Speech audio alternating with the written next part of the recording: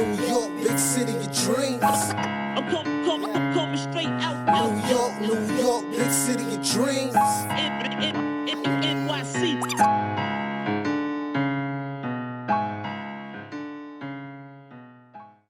We're taking care of the paint, and that was our number one emphasis: is can we be a top 5 team defensively in shutting down the paint? And I think right now we're like 5 or 6, teetering in that area. And now the next thing is getting us to be a little bit more uncomfortable at getting to the three-point line.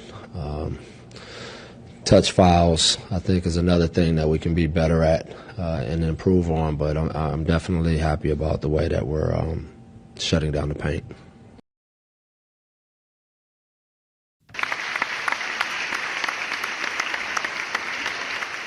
We are back. Yes, sir. What's going on? It's Julius from Nick of Time Show here. Give you that Knicks talk just in Nick of Time. You just heard Fizz talking about how we have improved our interior defense. We are number 5 or 6 or something like that, according to him, in points in the paint. But we still suck at threes, though. But we're a work in progress. We are a work in progress. We're a work in progress. But yeah, I am Jay Ellis from Time Show. And to my left is the man, the myth, the legend, the guy with the stats and the facts. Ryan G in the building. Yeah, man. And today we have a guest who's going to be here for the first few minutes to help us talk us through this Nets breakdown. It's the foul-mouthed, lovable, posting and toasting writer, Sweeney. What's going on, Swin? What's up, man? How's it going? I'm excited, man. I know we just watched the Knicks kind of lose the Nets game. And I know you're going to give us some feedback on that. But, you know, I'm still glad to be here. There's certain things to be happy about in Knicks land, even though there's a lot of things to be very disappointed about it. Disappointed, perturbed, whatever the adjective you want to use, man. How you feeling today, Sweeney? Yeah. I've been better. But not too bad, I guess. Yeah. So all things considered. So Sweeney, let us know what did you think about this Nets game, man? Tell us about your favorite coach and the way he coached this game. As much as I dislike so much of what he did, if he just didn't play Knox at the 2 to start each half, we probably win the game because those minutes were like huge negatives for us. Yeah. He did it I think he did it also at the close of the first half also. So, those were the minutes that really killed us. And it's like, I'm not even blaming – look, Knox didn't play well. But, you play him at the 2, I'm not really sure what you expect. He's clearly not going to be good there. So, obviously. I don't know. I don't know I really don't know what to do with that. And it's like, the funny thing is actually when Knox played minutes at the 3 in the first half, that unit actually cut into the lead pretty good. I think it was like DSJ dot Knox, something like that, and maybe one with Ellington too. But it's like, yeah, I know. Some of the stuff he does, it's like I don't really think it's that hard, but yeah, he does it every night, so apparently it is. I don't know. Yeah, it's a head scratcher. It's a head scratcher to me when you have somebody like Dotson, who I don't remember the numbers off the top of my head, but I know the numbers with him and Frank together have been pretty positive for this team. So if RJ is sick. Yeah. And you chose to, plug in that 2 spot, I think you would go Dotson or Ellington. It was a head scratcher for me for Fizz to go with Knox, who is 6'7", yes, and lean, yes, slow-footed, also, yes, and not able to make the correct reads on the defensive end. I don't understand that. Yeah, he just doesn't have guard skill. Like, he's a forward. Yeah. Knox, yeah. Yeah, the thing about positionless basketball is you have to be able to be positionless on offense and defense, and not just offense. And I don't think Fizz gets that. The whole thing with position, he doesn't actually understand what positionless basketball means, because he just thinks that means you can switch everything and have 98 big guys on the floor together as long as some of them shoot threes. And it's that's actually not how that works. It's it's more about skill sets. So you can have 5 different, you don't need a traditional point guard. Yeah, of course you don't need, but you need to have a balance of skills. You can't just have I don't know how, I honestly cannot imagine watching us play this entire year on the bench, every game, in practice. Brandel and Morris just sucked. They sucked. It's horrible watching them play together because they both like get the ball. They both stop the ball. Right? Yeah. They're not like quick decision players, and they both like to like kind of do they both like to operate in a lot of the same areas. Yeah. So it's like you end up overlapping all the time, and it's just and then like Morris is better at the 4 than he is at the 3 defensively. Yeah. And like Randle just sucks on defense and really just sucks at everything right now. So like I don't know. I don't really. It's just weird to me because, like, to me, when I looked at the roster and everyone was like, ha ha ha, the Knicks have all these power forwards, and I was like, yeah, but like actually doesn't matter because we have like 5 big guys for 2 big man positions, so this really isn't like a big crisis, and especially because Mitch can't stop fouling anybody, it shouldn't be a problem at all.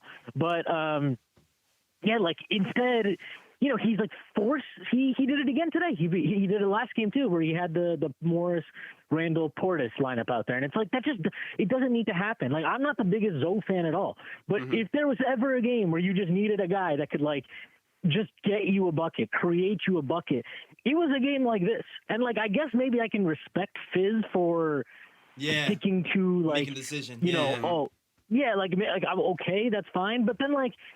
But the consistency of what he's doing kind of sucks. So like, I don't really know. It's just like, you know what it is?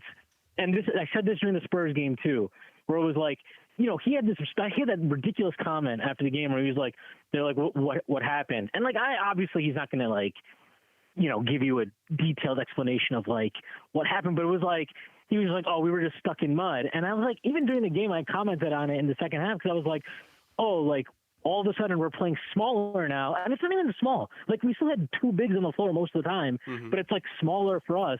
And all of a sudden, like the defense looks better, and like the ball is moving better. We're getting out on the break more, and like that's what happened in the first half. That's what happened in the first half with DSJ today, where we played smaller and we were getting out in the open court, and like he was diming guys up in the corners for threes and shit like that, and like.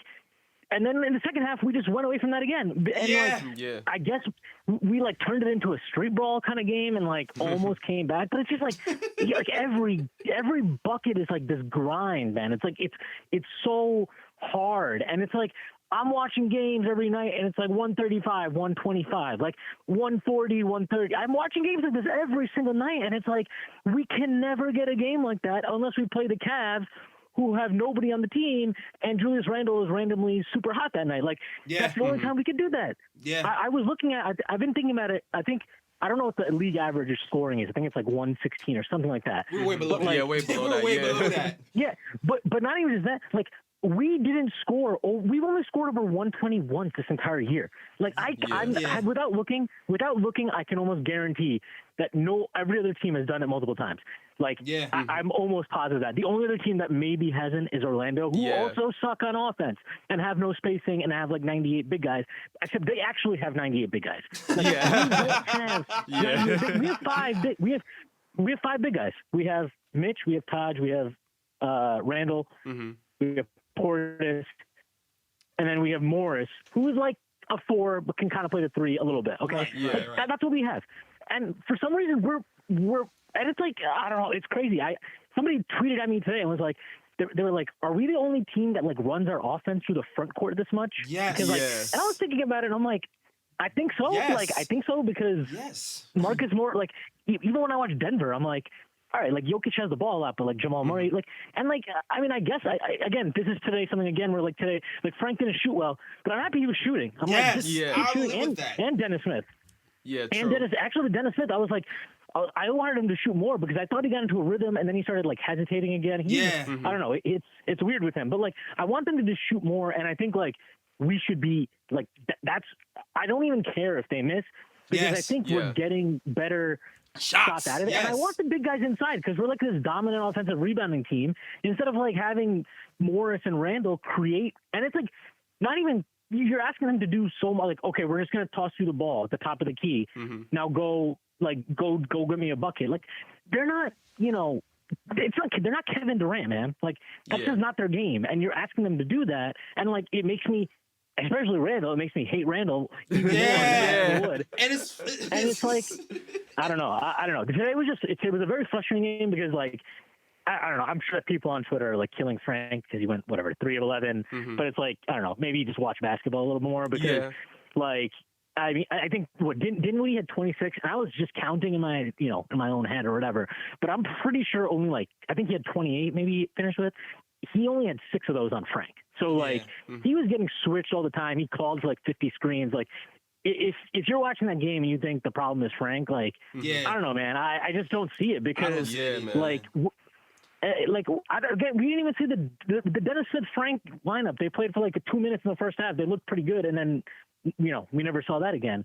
And it's can we at least, if we're gonna play all these big lineups, can we experiment small once? Yeah, I think hard. Absolutely. I didn't see much of the game, but I saw the second quarter, and I feel like we made that run when we had the small lineup, and all of a sudden those open threes that these guys were getting in the first quarter, they weren't happening in that with that second unit. I think it is because we got a lot smaller, man. So I'm definitely with you, and I'm also definitely with you that we need these guards to shoot more, because like you said, the quality of the shots.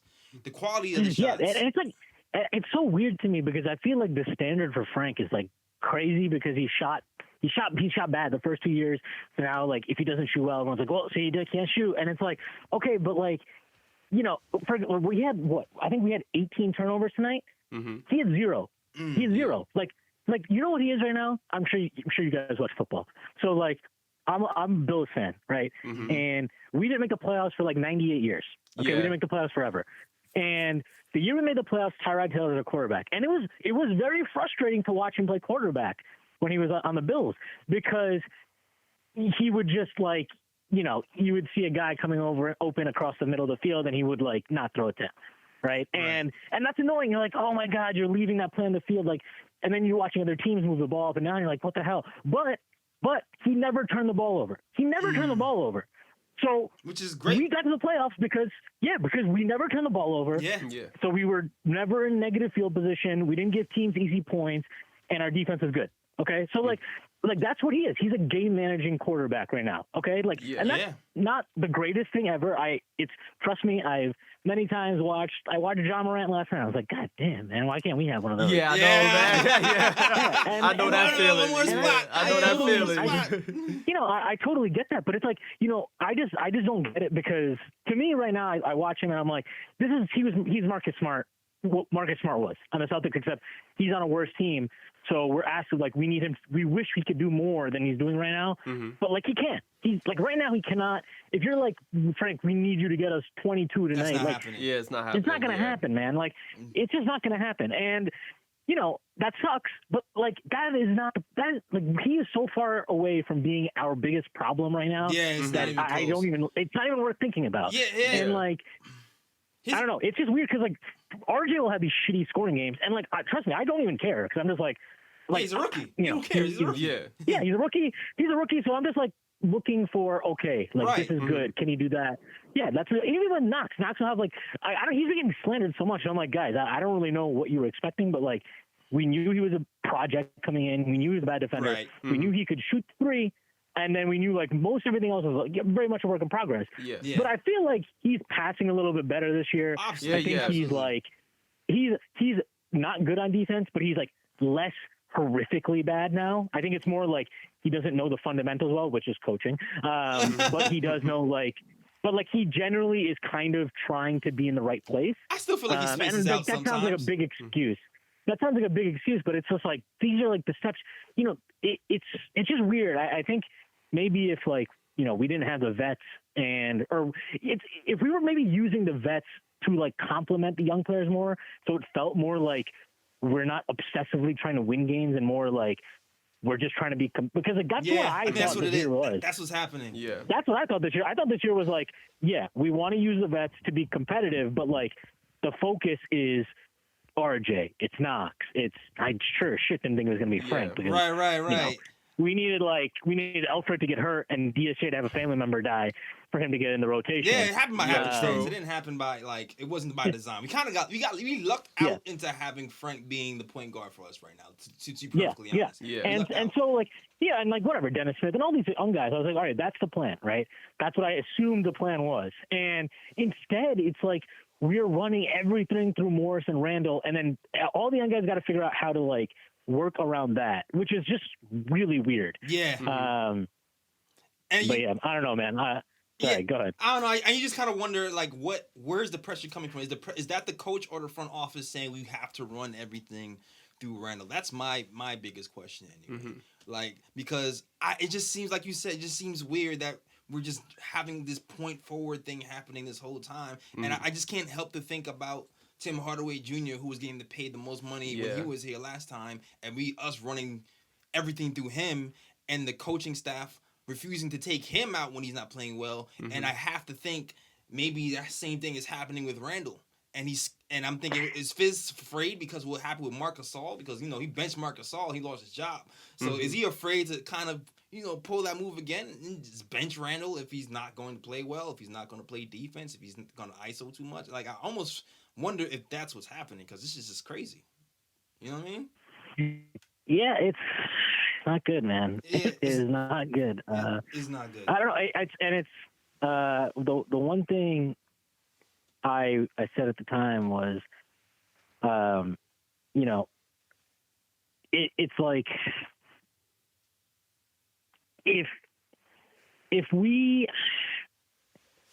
like when I looked at the schedule, I didn't think Philly. I was like, Philly, they're good. They're obviously way better than us, but like they haven't been playing well. Right. And like we kind of just match up well with them because they're like also good matchup, Frank. Yeah, they're like this guards. weird big team or whatever. So I was like, all right, that's like that should be a competitive game. And like I was like looking at these 3 games, so like kind of like this weekend set, and I was like, all right, so a Wednesday game and then these 2, the back to back here. I was like, all right, like we should be competitive in all 3, and like honestly, I think there's a chance that you can win 2, if not all 3. And to come away 0-3, and then in the middle of that, just get. I mean, I know we only lost by 7 to the Spurs at the end, but like I don't count that as a. Yeah, that was like it was the game. I said it like we have had. But I think we've played 4 home games. 4 home games that have been blowouts. Right. 3 of them are to the Cavs, to the Spurs, and to who was the last one? Cavs, Spurs, and the Kings. Yeah, Kings. Yeah. The Kings, right? Like those are 3 teams you should not be getting. Like, lose, okay. I mean, I can take that. Getting smoked by these teams, that's not.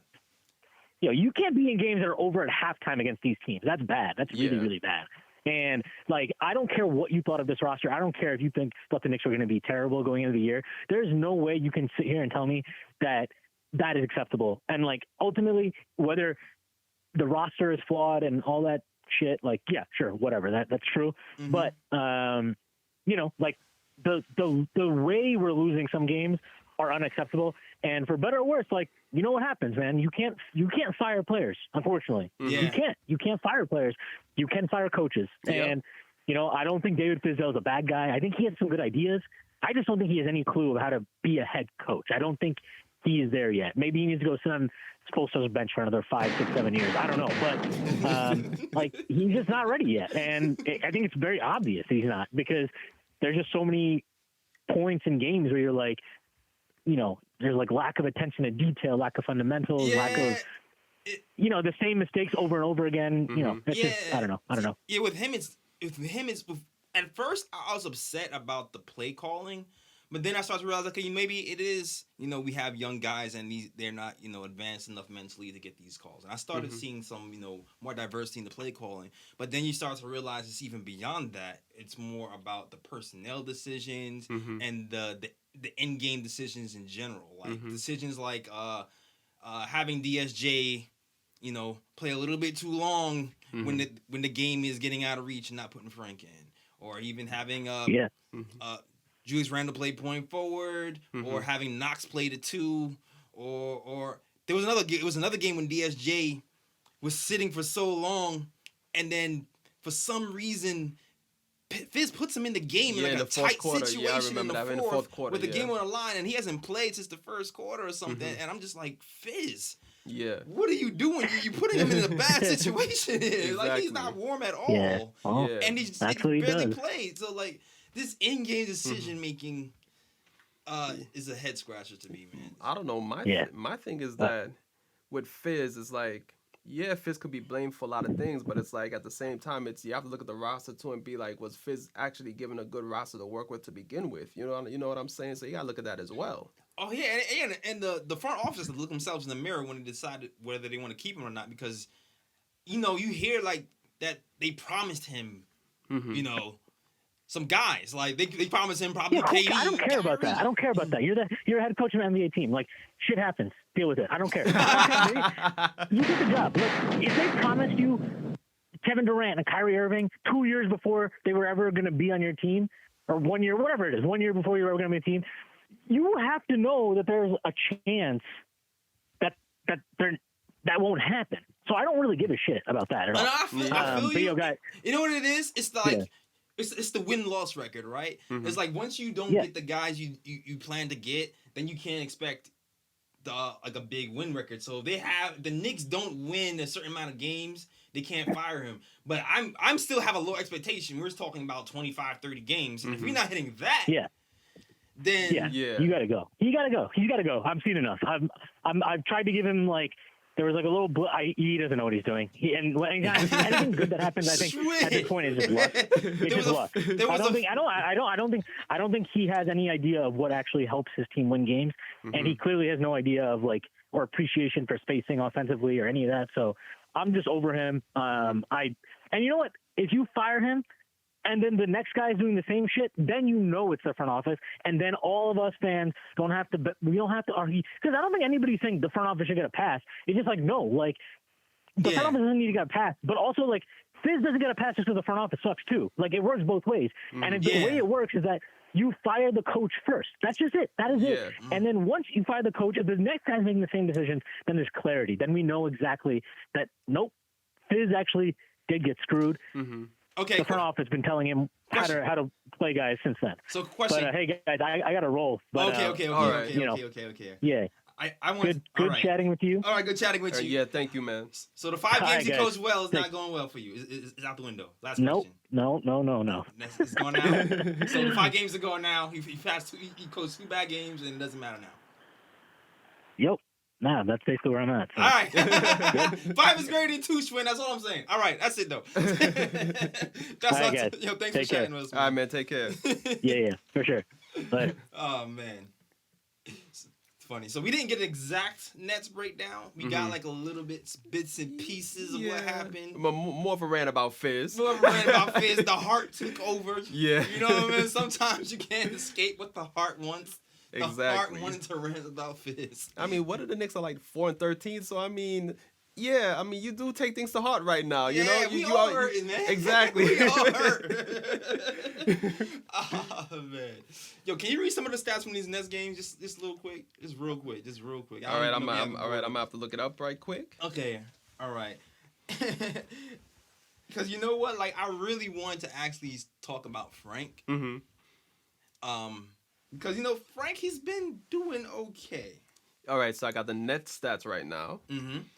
So, unfortunately, the Nets won, so I have to say the Nets, the Nets players in their stats as well. Okay. Nets won 103-101 today. The Nets were led by Spencer Dinwiddie, 30 points, 4 rebounds, 4 assists. Boo. All right. Yeah. Oh. Then Jarrett Allen had 18 points, 10 rebounds. Then we had Taurean Prince, 14 points, 11 rebounds, 5 assists. Joe Harris, 13 points. Temple, 12 points. Okay. Bench scoring was trash for them. They only had 16 points off the bench. I'll take that. Yeah. Because our bench was actually the parts of the game I did see, our bench shut down their bench. I love the way we were switching on this team on the defensive end. I feel like they got the memo as opposed to that Spurs game when they kind of, lollygagged. I felt like the bench came out with something to prove, and that bench unit what was the unit? I think it was DSJ. I might have wrote it down. I tried to do a little bit of research as I was trying to prepare for this game and set up at the same time. I think it was DSJ, Mitch. Was Wayne in there? DSJ, Mitch. Well, Wayne had to have been there. He played a good amount of minutes tonight, 28 minutes. Yeah. DSJ, Mitch, Wayne. Damn, I can't remember. All right, keep going. All right, so I'm gonna get to the Knicks stats. Mm-hmm. Marcus Morris Sr., 26 points, 4 rebounds.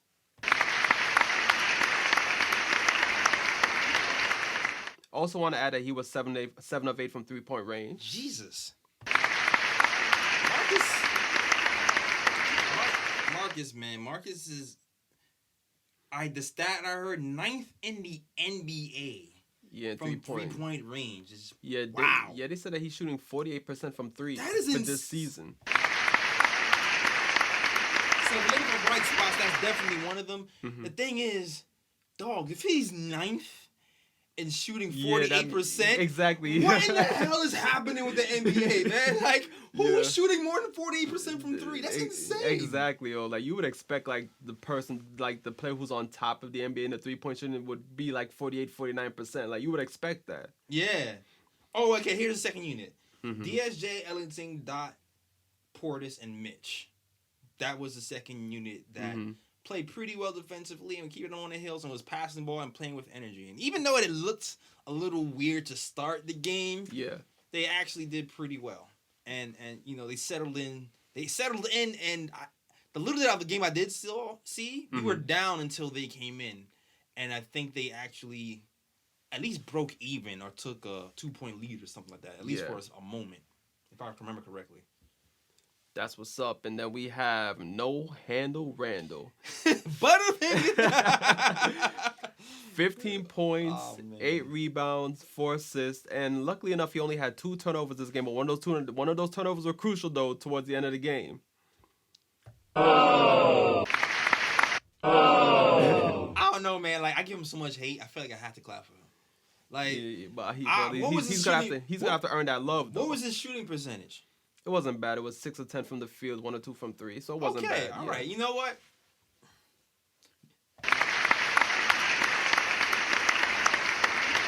Because I feel like we're gonna flame him eventually. Yeah. Today's episode, I'm gonna give him his flowers right now. Yeah, I mean, Randle has his moments. I just need for him to stop playing ISO ball and stop trying to spin into the lane. Because every time he spins into the lane, bad things happen. Yeah. Bruh. Real bad things like those raw moments. Exactly. Then Wayne Ellington off the bench had 12 points. Okay. And Dennis Smith Jr. had 10 points, 5 assists off the bench.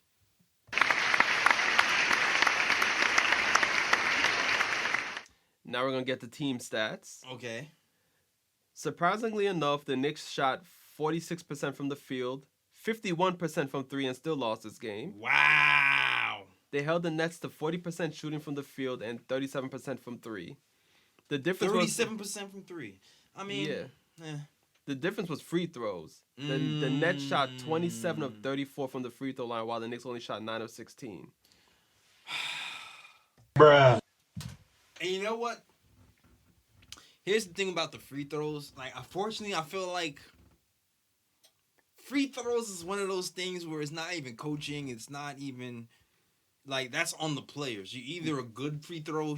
You're either a good free throw shooter or a bad one. You're either a good free throw shooting team or a bad free throw shooting team. Yeah. All that is practice and confidence. Yeah, exactly. And the Knicks do not do a great job of drawing fouls as well. Like Knicks are pretty much a jump shooting team for the most part. So when you shoot a lot of jumpers, you're not going to get much chance to go to the line. Exactly. And the guy who probably does draw the most fouls.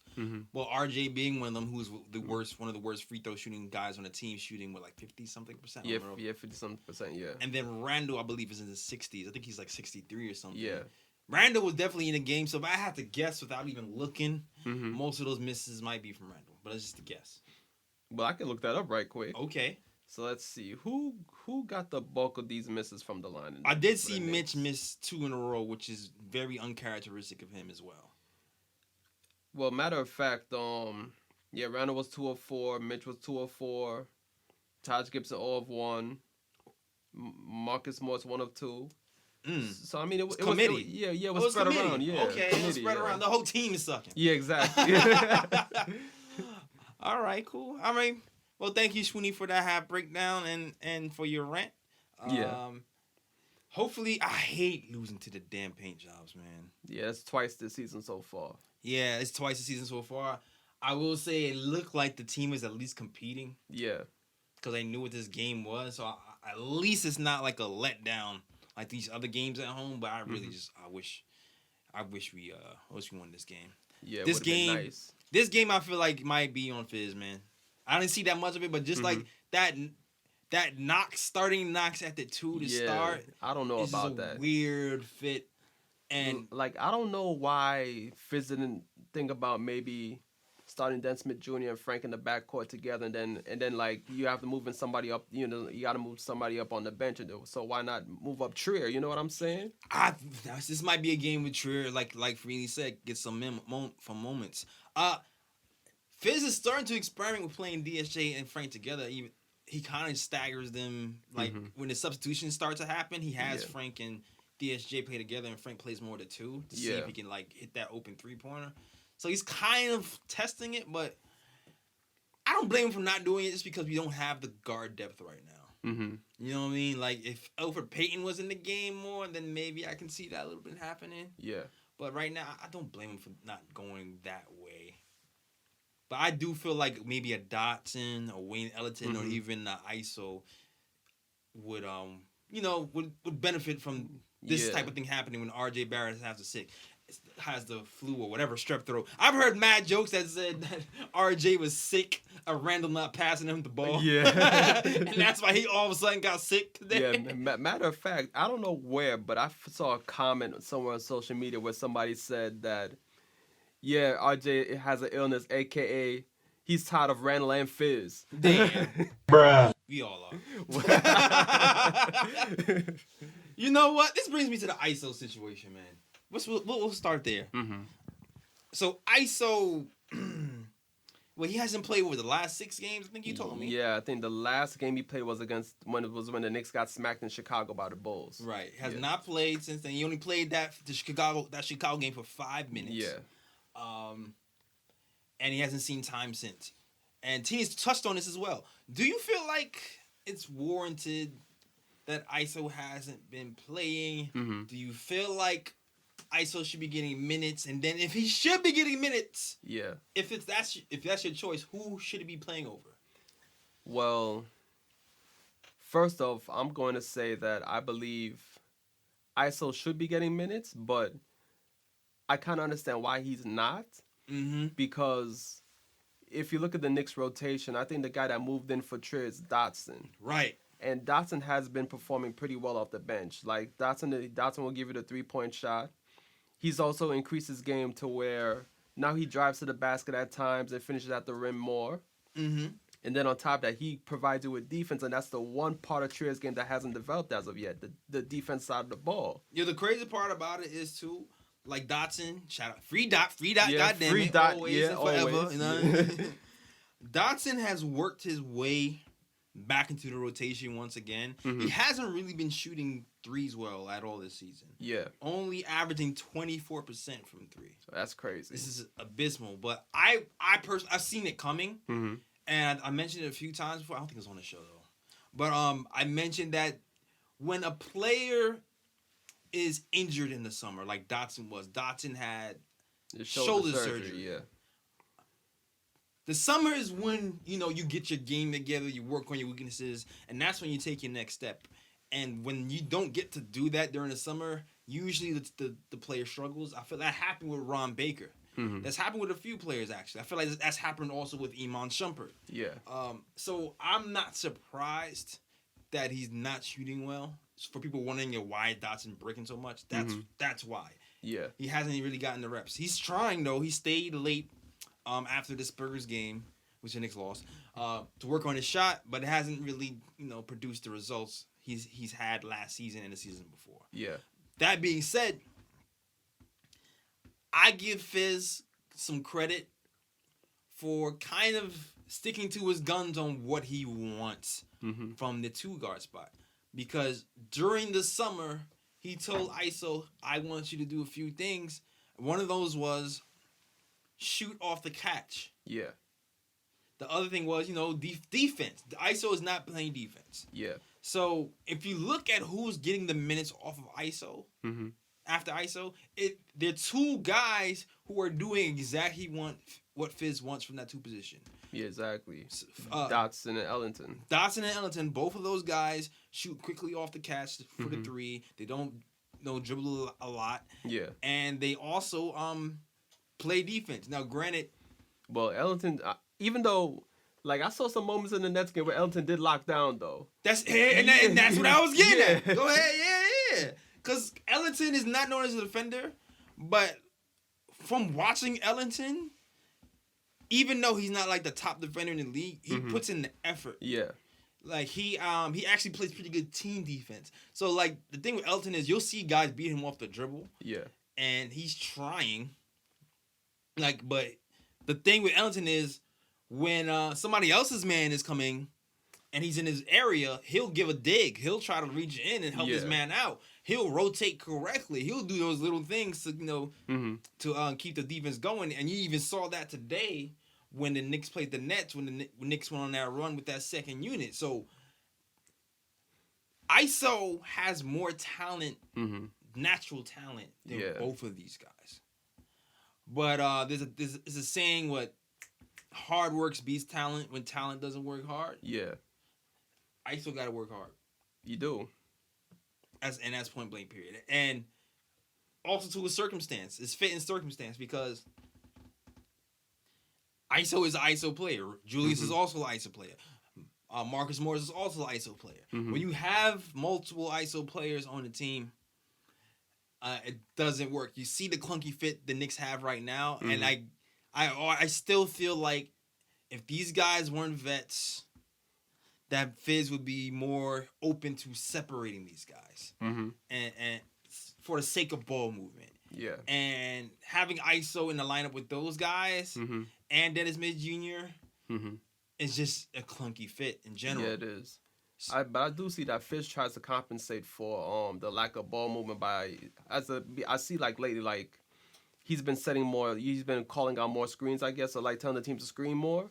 So it's like, okay, so you'll see Morris with the ball in his hand, but then like maybe you'll see like Taj come over, or maybe you'll see like Mitch come over, depending on who's in the game. Right. And they'll screen and they'll like allow, I guess, like a switch to happen and allow maybe Morris to like operate off the screen. Yeah.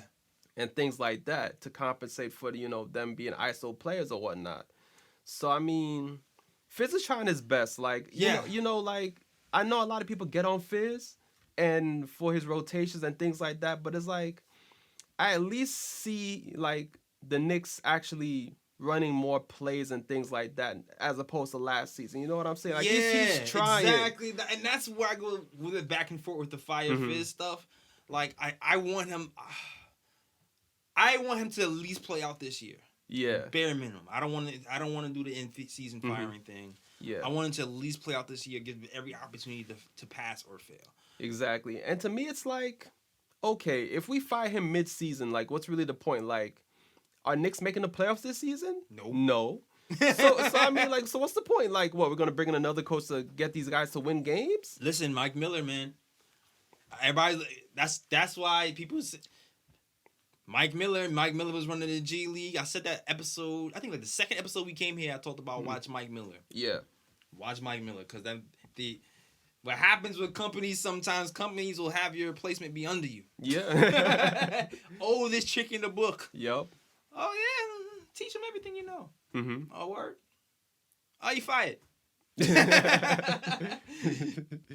And Mike Miller, he's had that G League, be tops in the league, in the G League in offense and defense.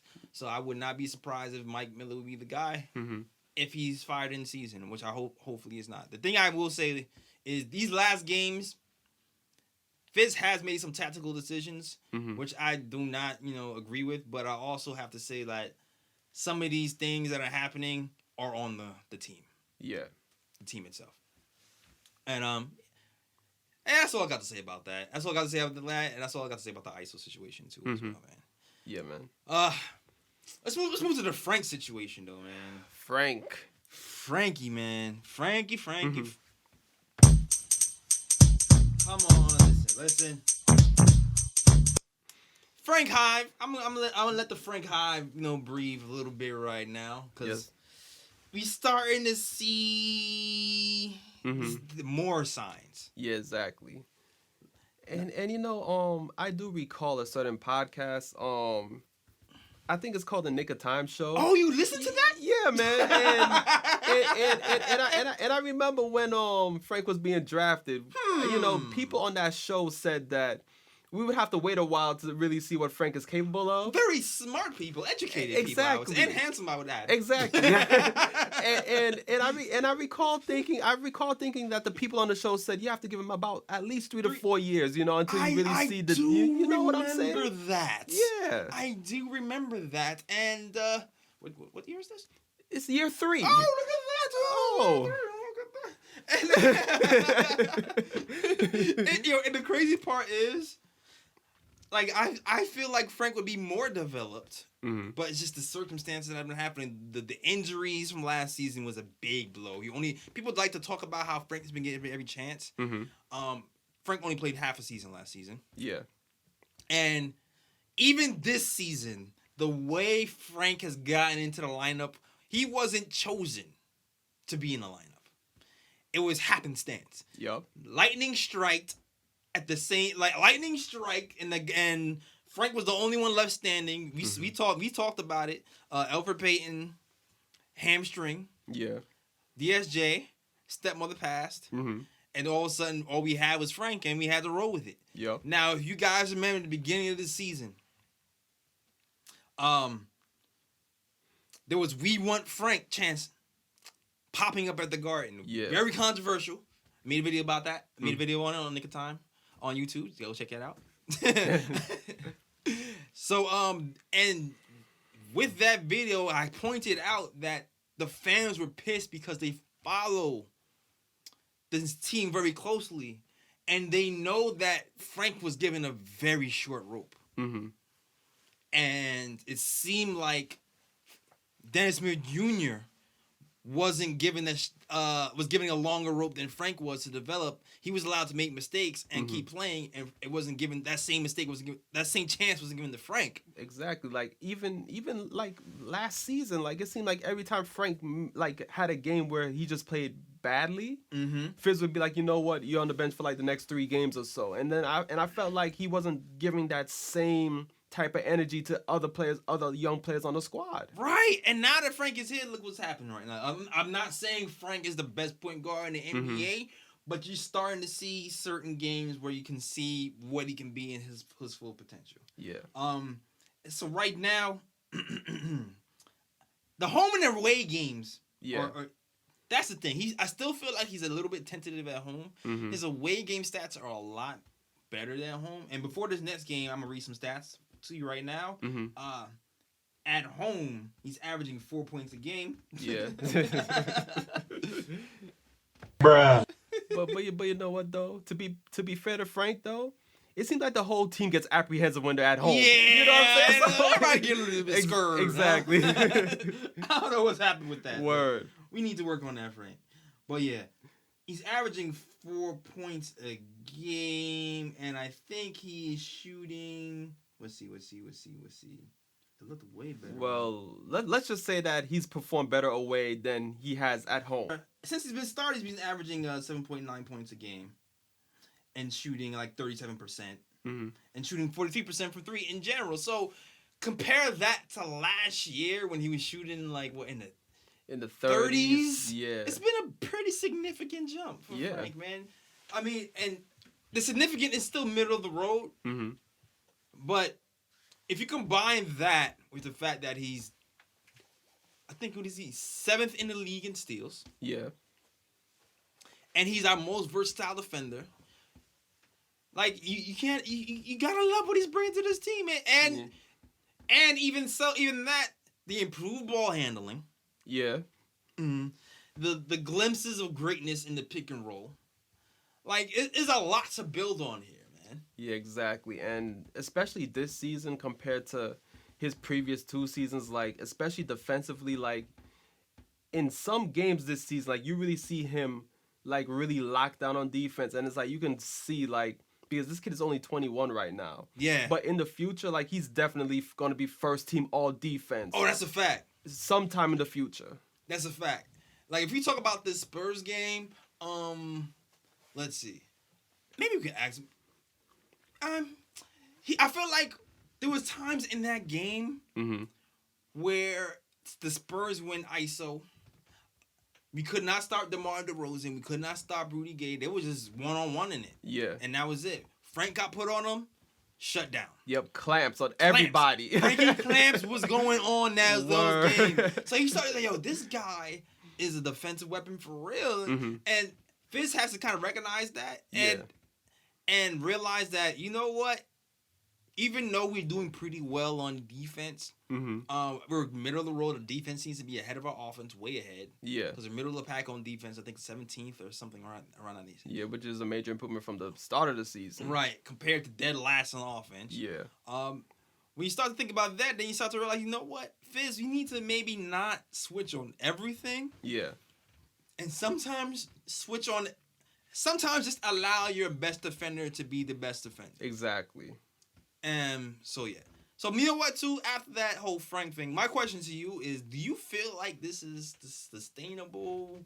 Like, what do you see? Like, I mean, my opinion, I definitely think it's sustainable because, to me, I feel like defense is really effort. You know what I'm saying? And like, when a player's a great defender, I think that sticks with him throughout his career. You know what I'm saying? Like, that doesn't go anywhere. Right. So I feel like, yeah, Frank might be a bit shaky on offense and he might not hit a lot of his jumpers all the time and things like that. But I feel like the way he impacts the game, like he impacts the game without the ball.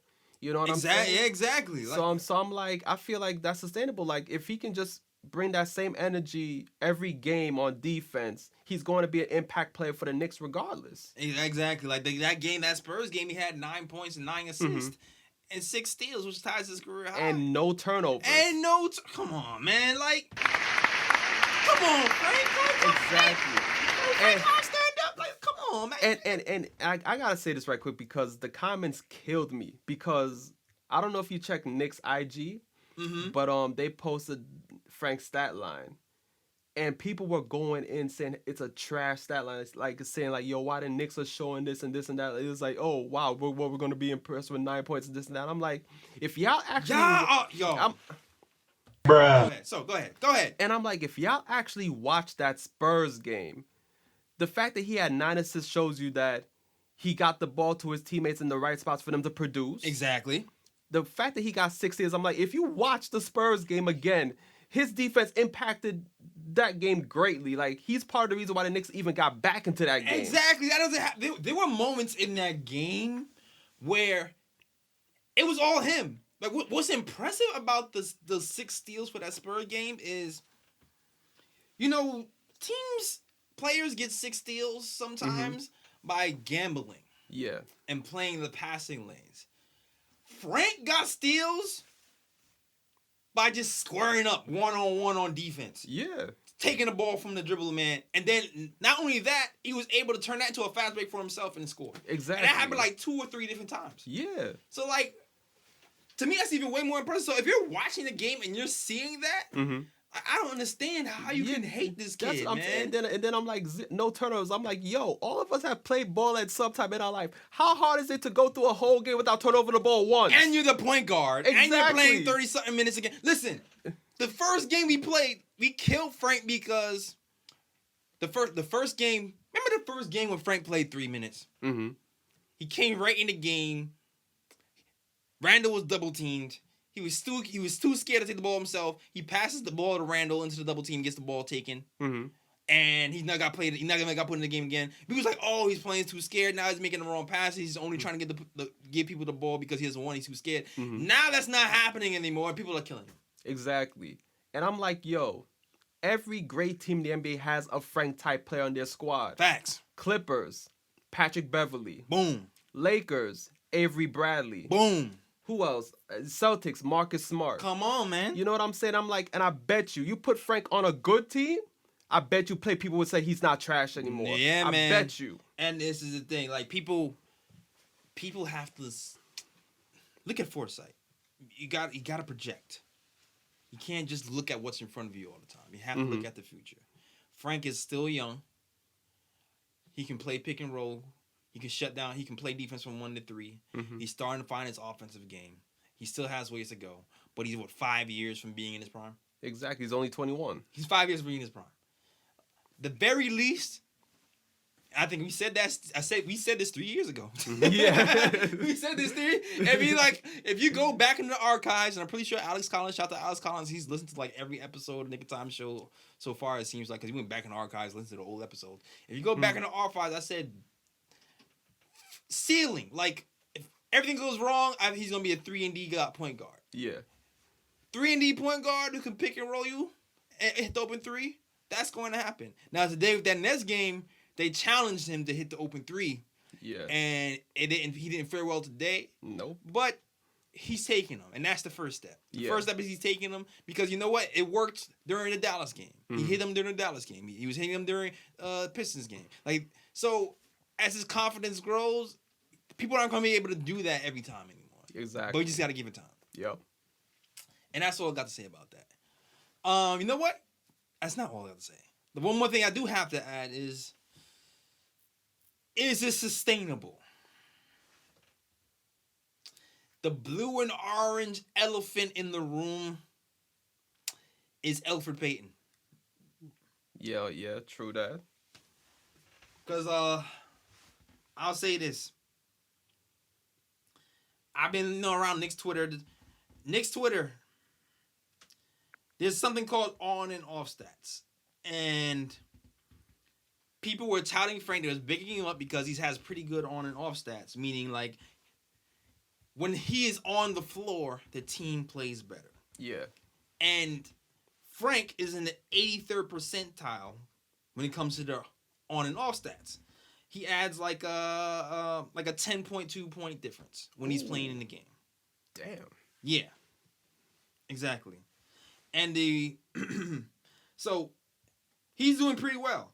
But the thing with him is there's also another guard who's doing pretty well in those stats as well. Mm-hmm. And his name is Elfrid Payton. And he has the highest on-off stats on the team so far. 89th percentile. Exactly. So, and the crazy part is,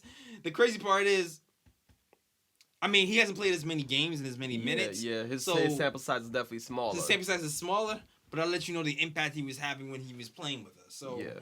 If there is a threat to the progression of Frank and to the amount of minutes he's making, it would be Elfrid Payton. Yeah.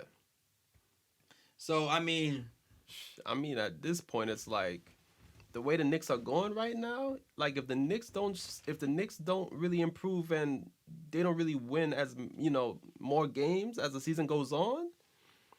At this point, I'm like, y'all might as well trade Elfrid Payton and just hand over the reins to Frank and DSJ and just have them run point. Boom. And I'm with you on that as well. Like, here's the thing too. I'm not sure what Elfrid Payton's value is, but I think he has some.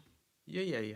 I mean, he has to have something. Like, Knicks probably can get at least like a second round pick out of that. At least a second round. So I will keep my eye on that situation. I think last week I saw something that said he was kind of jogging, but his calf hasn't really healed all the way. So we don't know what his stats will be. He's gonna have to wait a little longer. And by the time that happens, it might be December 15th. Who knows? Like when he's ready to come back. So who knows what's gonna happen? We might be looking at certain trade packages. I mean, we gotta look at Reggie Bullock. Yeah. We gotta look at Elfrid Payton. Who knows? ISO hasn't been getting minutes. True. Who knows? There might be a package with those two guys to try to get somebody in here. But we will see. We will see what's gonna happen. December 15th is really interesting too because Julius Randle. Right? Yeah. When you think about the trade deadline on December 15th, who are you hoping to stay in? I set you up. I set you up. I set you up. All right, I'm gonna have to think about this. I set you out because it's not even on the docket. Because sometimes, sometimes you talk and you freestyle. You know what I'm saying? And stuff comes out. You're like, yo, well, you know what? Obviously, I'm keeping the youth. R.J. Barrett. You're gonna keep the youth them in court. R.J. Barrett, Frank Ntilikina, Knox, right, Mitch, right, Dennis Smith Jr., right, Dotson. I'm definitely keeping those guys off the top of my head right now. When it comes to these vets, though. Yeah, I want to keep Trier too because I feel like at this point it's like, look, if you have all these veterans on the squad and the Knicks aren't winning games, why are we not giving Trier minutes? It's like we might as well just play the young guys and just have them develop in game. Now, when it comes to the vets now. Yeah, this is when it gets tricky. This is when it gets tricky because Julius Randle, 3-year, $63 million contract. Mm-hmm. I'd probably keep him for at least another season to see if he can get better. Yeah. And I feel like he'd be easier to trade next season because he'll have only 1 year left in his contract. Okay. Marcus Morris. That's tough, man. That is tough because when the season started, I'm like, yo, trade this man. Trade this man. But dude is the ninth in the league. He's balling right now. And it's not turning into wins. Yeah. But when you hear Fitz talking about his leadership and what he brings to the team, you're like, maybe I would keep Morris for the rest of the season, but I would trade Bobby Portis or somebody like that. And I can see that. And then to solve the whole conundrum between Randle and Morris being on the court together, maybe I would move one of them to the bench and then move somebody up from the bench to the starting lineup. And that's the other thing. In the perfect world, when politics aren't, in the way. Yeah. I would attempt to start Morris and bench Randle. Yeah. And it's funny. Yeah, that's where I'm going to. It's funny because Kathy said this episode 2. Yeah. And I was just like, it just looks bad. It's not going to happen.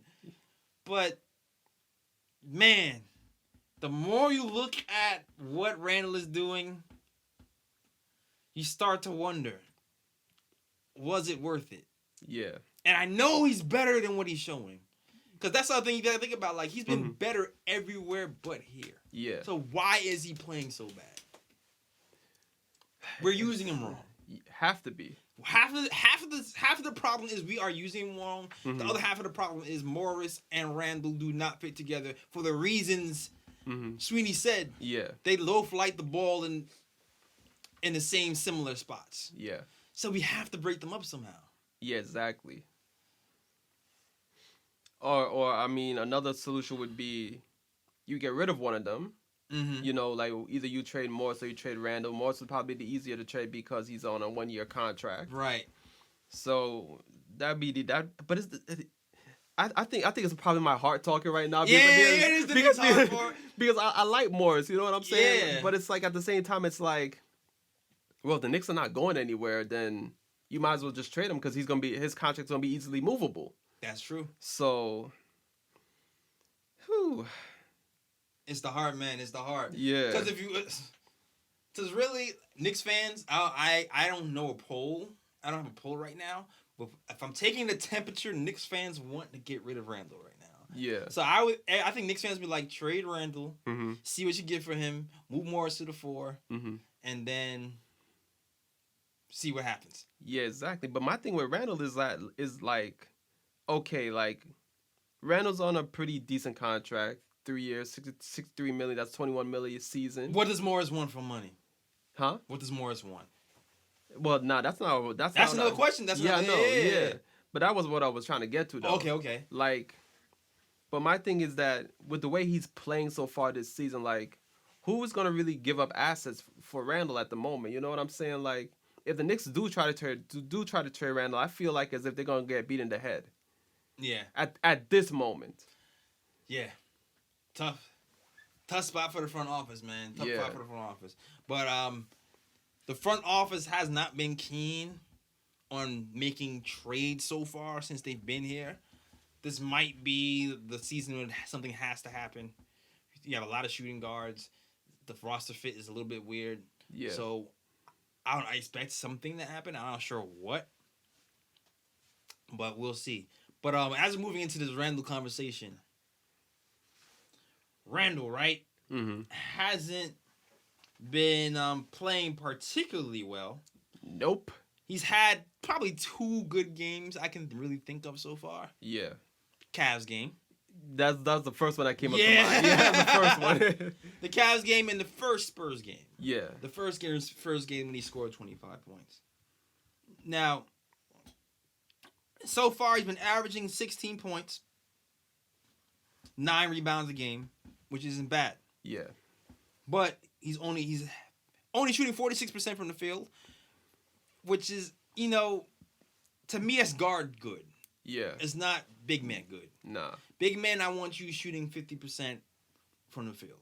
And if you look at his career, the year before that, He was in the 50s last season. 50s last season, 55% before that, and 56 before that.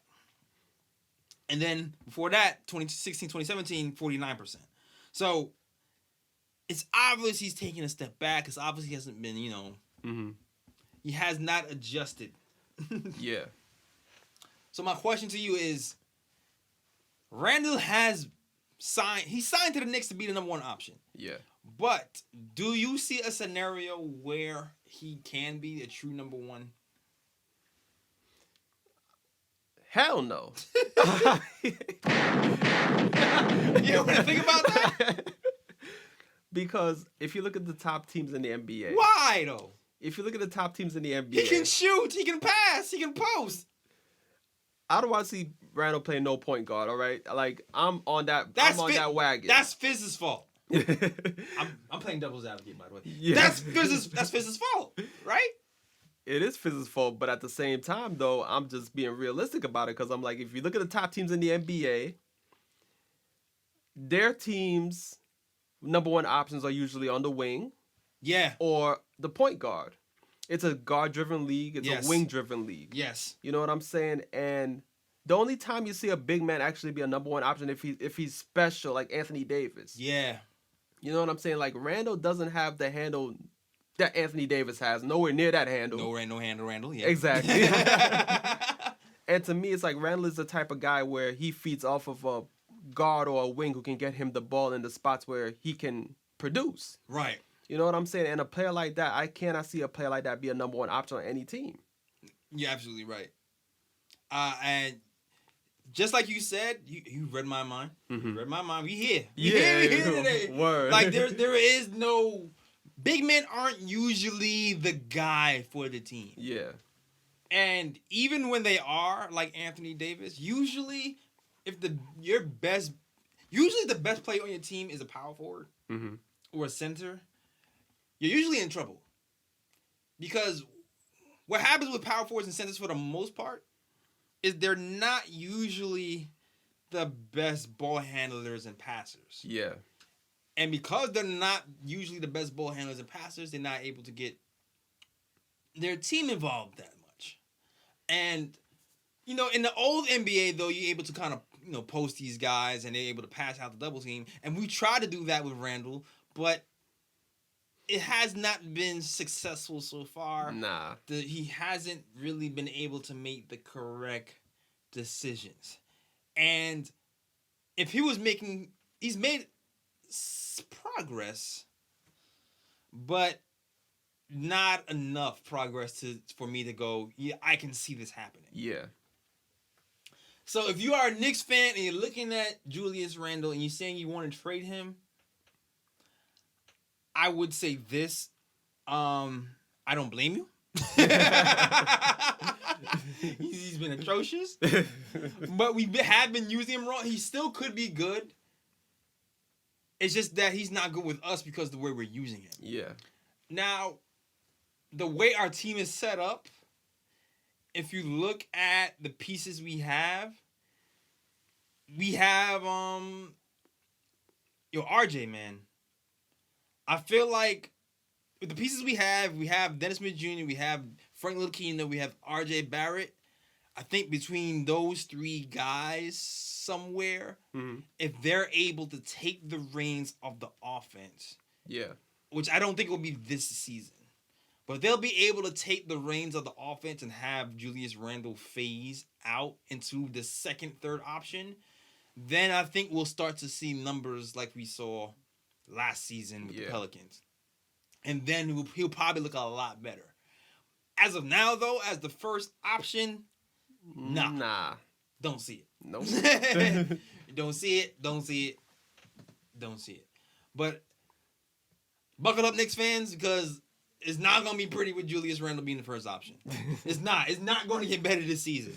I'm just letting you know right now. I mean, unless you want to see more ISO and him doing spin moves in the lane and bruh, and turn over the ball and stuff like that. Which I don't want to see. I do not exactly. care to see that whatsoever. I've seen it too many times this season. I'm already through with that. Yeah, we all done with that, man. We all definitely done with that, man. So, yeah, nah. I don't see it. Nah. I don't see it. It sucks, man, though. I want to keep Marcus Morris so bad, yo. I know, me too, man. He seems like a piece. Yeah. Yo, he just seems like a piece. Yo, do I want to go over these games? I don't even know if I really feel like going over these games like that, man. I mean, the only one that was a win this week was the Cavs, and that was on Monday. All right, as we trash Julius Randle, we'll talk about the trash. All right, so we're about to take back our words just for this one game. Yeah, man, you're the man, Julius. Word. Yo, I loved you. Yeah. Julius is a Roman name. He's like a he was a warrior. Exactly. So the Knicks beat the Cavs 123-105 on Monday.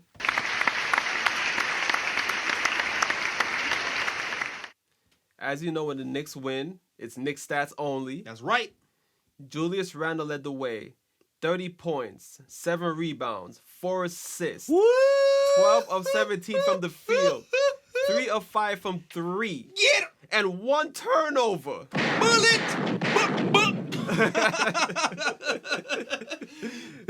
Yo, that's the Julius I want, man. That's the Julius I want. But I mean, I don't want to like damper his win because Kevin Love wasn't playing. Yeah, they were a little bit short-handed. Who else wasn't playing? Yeah, it was like Larry Nance wasn't playing as well. Yeah, Larry Nance. Yeah, like you said, Kevin Love wasn't playing too. So he didn't have much resistance that game. Yeah, he didn't have to play that much defense that game. I mean, he played defense. Yeah, probably one of the best defensive plays. Probably one of his best defensive games I've seen him play all season. To be honest with you, most definitely. But we got the win still. Did what we had to do. Yes, sir. Then Marcus Morris, team high, plus 27. He was on the court. 23 points, 6 rebounds, 12 of 13 from the free throw line. Okay. Yo, the thing with Marcus Morris, man, is that I didn't like the way he held the ball so much in that game, but I did like how he attacked the mismatches. Yeah. Often, and he was successful at it. And he was able to hit his free throws. Like, that's been our Achilles heel. And for him to go 12-13 is a good sign. Exactly. And then we got RJ Barrett, 15 points. Yeah. Solid game. Yeah.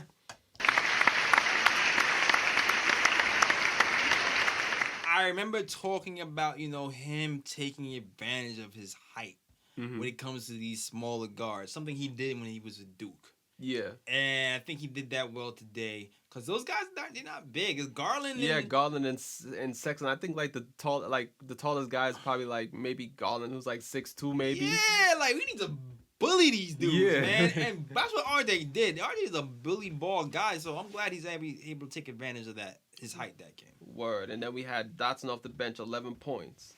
Yep.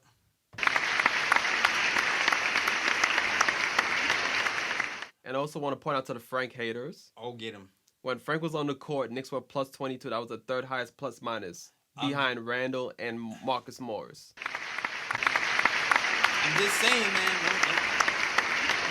He's not dropping 50 points a game, but he's contributing, and a lot of it has to do with defense, man. Yep. But you know what? The team defense that game was pretty good. I'll say that because Yeah.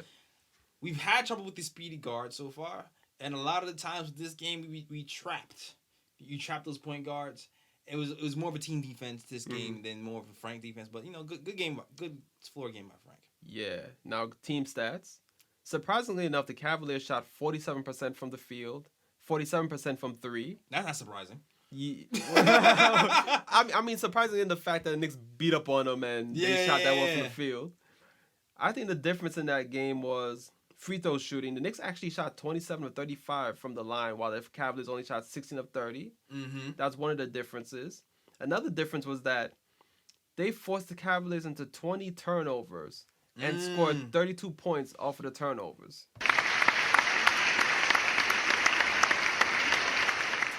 I don't know what our steal rate is off the top, but I believe we are pretty high up there. I think we're at least top 10. Yeah. Let me check that out. Do you have any more stats or?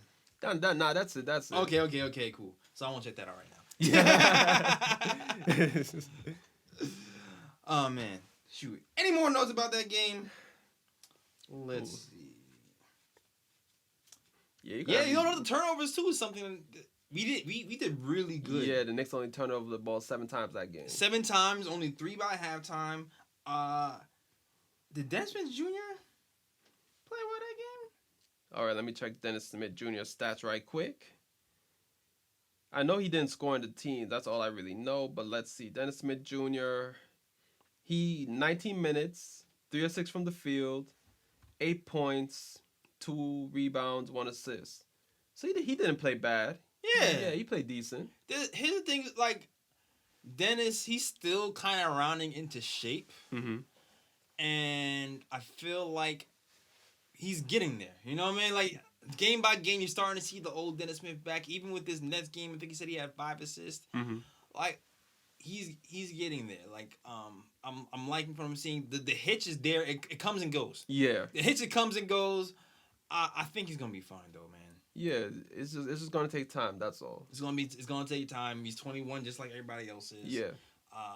The defense looked a lot better today, man. That's the one thing I want to give props with this Nets game. He looked very engaged on the defensive end today, and we have to keep that up. One thing I will say about even Dennis Smith and Knox, they both know their weaknesses. Yeah. I saw them talk about it on one of their interviews. Dennis Smith was very aware why he wasn't getting minutes. He was like, listen, I know I have to play better on the defensive end, and I've been missing assignments and missing rotations. I'm getting better at that, and I will work on it. And you saw evidence of that today. So, Yeah. Kudos to Dennis Smith Jr. Yes, sir. Yeah.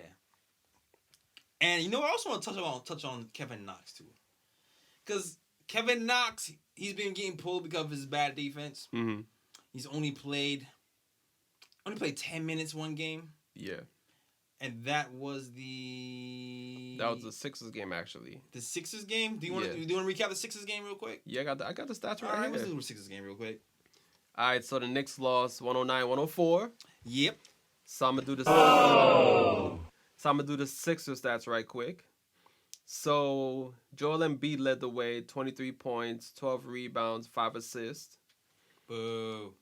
Ben Simmons, 18 points, 13 assists, 7 rebounds.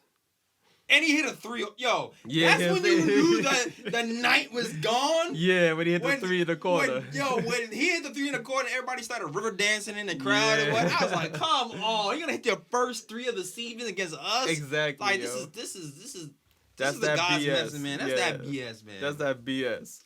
And I hate how you act like nothing happened. Word. Man, celebrate. Don't act like this is nothing. Exactly. Tobias Harris had 14 points, 4 assists, 4 rebounds. And I don't think he's even been shooting that well this season either. Nah.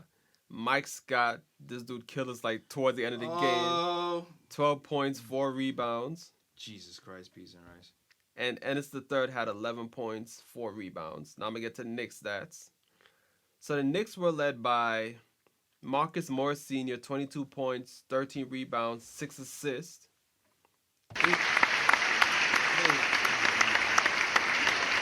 Do we gotta trade? We really gonna trade our leading scorer? I know, right? That's Then we had Julius Randle, 17 points, 8 rebounds. Decent game. All right.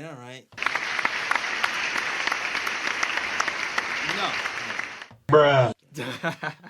Because wait. Yo, I'm trying to remember what happened. I'm sorry, go ahead. Frank Ntilikina had 17 points. Yeah. Hold on.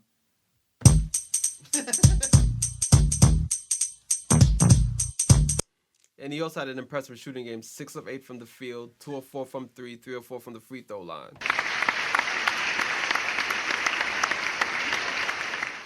Your guy Dennis Smith Jr. also had a good game off the bench. Yeah.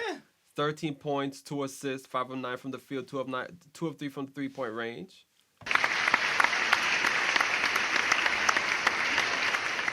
And Taj Gibson had 11 points, 4 rebounds. Yeah, man, listen. This was the game. You know how we always talk about how, the young guys have to develop? Mm-hmm.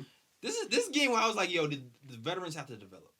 The veterans got to develop. Yeah, like the veterans have to develop, man. Y'all unfinished product right now. Y'all pissing me off. Word. Because that was the game where I felt like we got 30 points from our point guards this game. Yeah. In Frank and Dennis Smith Jr., which has never happened before. Yeah. Right? Yeah. Everybody's shooting well. Except for maybe like RJ and Dotson. Everybody's shooting 50% and above. Yeah. Game is on the line.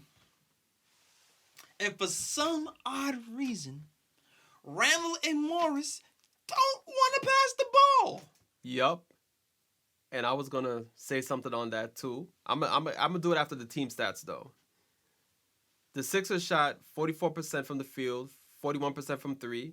The Knicks shot way better, 48%, 52% from 3. Crazy. And lose the game. Exactly. I think the difference was, let me see if we could spot a difference here. There's not really much difference between the Sixers, besides the Sixers getting to the free throw line more often and knocking 18 of their free throws while the Knicks only knocked in 11. But the thing I wanted to say for this game is that, okay, do the Knicks really have a go-to player? No. And this game was funny because Frank was killing. Yes. Then once Frank was sat down, that's when the Sixers came back in the game. Yeah, okay, so here's the thing. Like, I know a lot of guys were killing Fizz for putting the second unit in the game when the Knicks was stepping on a throat. Yeah. I think at that point we had a 24-point lead or something? There's 17.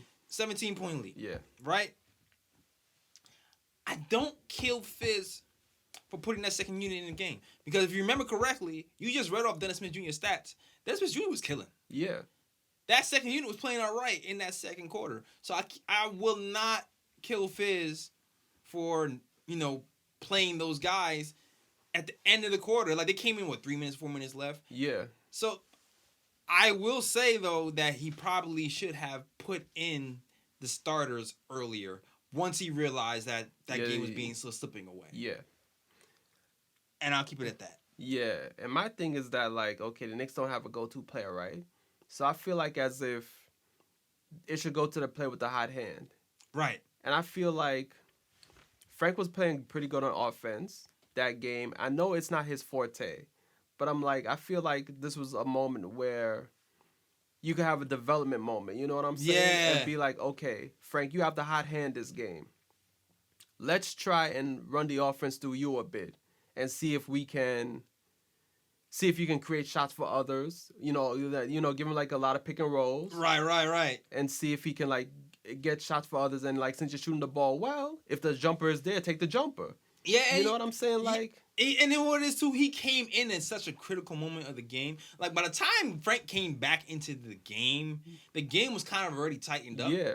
And it was already predetermined that Morris and Randle was not going to pass in the ball.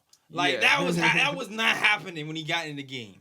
And we kind of got away from what was working. Mm-hmm. And it was super frustrating to even watch, Randle wave off RJ wide open in the corner for 3 just to call his own number and miss. Like, what is that? Bruh. early bruh pick for you, bruh. Yeah. Like, I get they was hitting shots, clutch shots, Mhm. but you got to be able to look at the game and pass the ball in Yeah, crucial exactly. situations, man. Like, that's what I'm saying. These vets need developing sometimes. Word. And the same thing could happen when Morris, when Randle actually played great defense. Mm-hmm. Morris has the ball, fast break situation. Had people open. It was like a 2-on-4 break. He decides to go to the hole, falls to the floor, gets nothing. Bruh. Trying to draw the foul. Mm-hmm. And for some reason, I don't know, for some reason with Morris, it looks like he's trying to draw a foul. It doesn't even look like he's trying to make a basket, and he just kind of throws his body into the floor. Yeah. And the refs never call it because it just looks like... Flop. Exactly. It just looks like you're just reckless at this point. Like, Yeah. there's a difference between being aggressive and reckless. Yeah. I mean, stick to your threes and your mid-range. Yeah.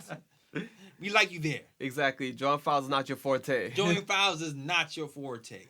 Your forte is getting under Embiid's skin. Yeah. Yo, you notice because Embiid's a troll. You notice after the game when they asked Embiid about it, he did not troll Marcus Morris. He answered that question maturely. Oh, come on, dog. You know what's up, yo. I'm nonviolent. I do not want to see Morris get suspended. Yeah. But a part of me, just a little part of me, Mm-hmm. low key wanted to see. I wanted to see the wrestling match between Morris and Embiid. Yo. I wanted to see that. Word. I definitely wanted to see that. But I'm just saying that Embiid knows how to pick his battles. He answered that question mature, and he didn't, you kind of troll Morris or anything like that because he knows Morris is about that life. Oh yeah, Morris is from Philly. Yeah. Like, he ain't gonna talk smack in his hometown. Exactly. Like, you know what happened? He got the goons. He can leave New York.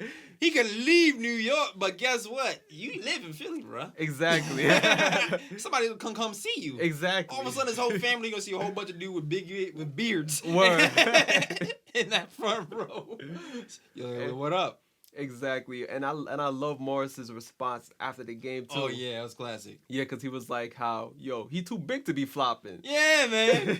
Too big, man. Exactly. And then he was like, some push-ups, man. And then he was like, you know who I am. Like, I'm about this. I'm about it. Yeah. Exactly. Yeah. That's all I got to say about that. Word. Yeah, Knox didn't play that well. Oh wait, Knox, you better watch out. Mm-hmm. You better watch out these bad defensive games, because guess what? Guess who's lurking in the wing? Ignis. Oh, Brazdakis. Yeah, man. Ignis Brazdakis. He had a game. He had 36 points. Oh, yeah, Westchester Knicks. For the Westchester Knicks. 36.6 rebounds. 1 assist for Ignis. And I'm going to tell you something about Ignis. Ignis, he doesn't have anything between the ears wrong with him, man. He'll be able to actually play defense with the squad. Mm-hmm. And he's not the swiftest as foot, just like Knox is, but he's an intelligent defender. Yup. So Knox, when you have any defensive lapses, don't get too comfortable having people blow by you, man. Because when you have dudes who we drafted scoring 36 points in the G League and you having a bad day, you might wake up and just see him on the court while you on the bench. It's not gonna be a pretty sight. Not gonna be a pretty sight. So yeah, shout out to Ignis, Brazdakis. We're having that game. Also, we have to big up Kenny Wooten. Oh yeah. Yeah, man. Shout out to this guy, man. Dude set a record. Yes, he did. Kenny Wooten did set a record indeed. Had a 9-block game. Balls just being sent in the stands in every direction. Yeah, man.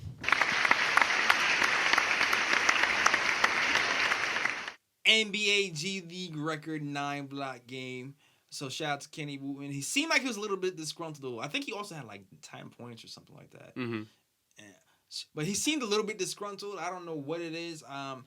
I know that he wants to be with the Knicks, but I feel like he doesn't feel like he's getting the chance he gets. Cause I don't know what he said on Twitter, but he had like a little bit of a Twitter dust up talking about he deserves better.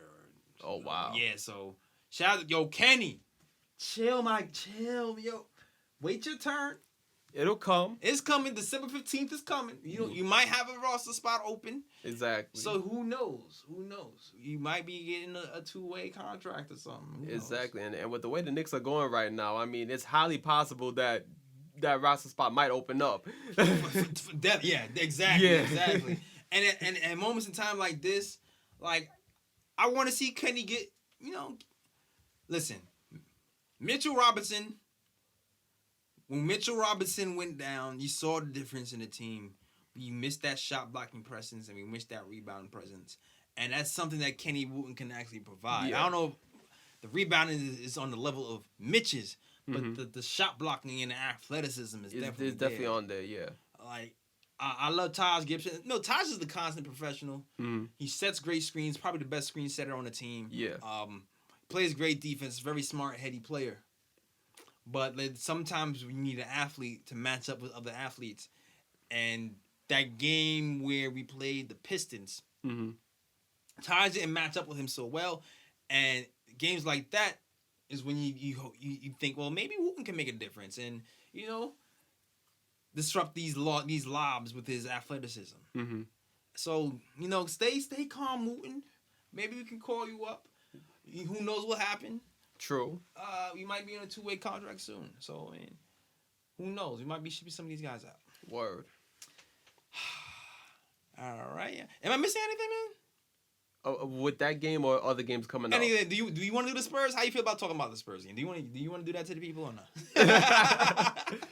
I mean, maybe we could just briefly mention the game. Briefly. All right, cool. Yeah, because we already know the deal with this game. Yeah. Yeah, so Spurs won 111-104. Really wasn't that close. Yeah. Spurs, LaMarcus Aldridge, 23 points, 6 rebounds. Yeah. DeRozan, 21 points, 9 rebounds, 4 assists. Yeah. Patty Mills, 17 points off the bench. Boo. Trey Lyles, 12 points off the bench. Boo. Knicks stats. Marcus Morris Sr., 20 points, 7 rebounds. Yo, how did he do that? How did he do that? Because that game he was playing like Trinidad. Yeah. All of a sudden I look up and he has 20 points and he's the leading scorer. Word. I was like, what the heck? I know what? I feel like most of that happened in garbage time, but whatever. Yeah. Julius Randle, 14 points, 8 rebounds. RJ Barrett, 13 points, 5 rebounds, 4 assists. You know what? I'll clap him.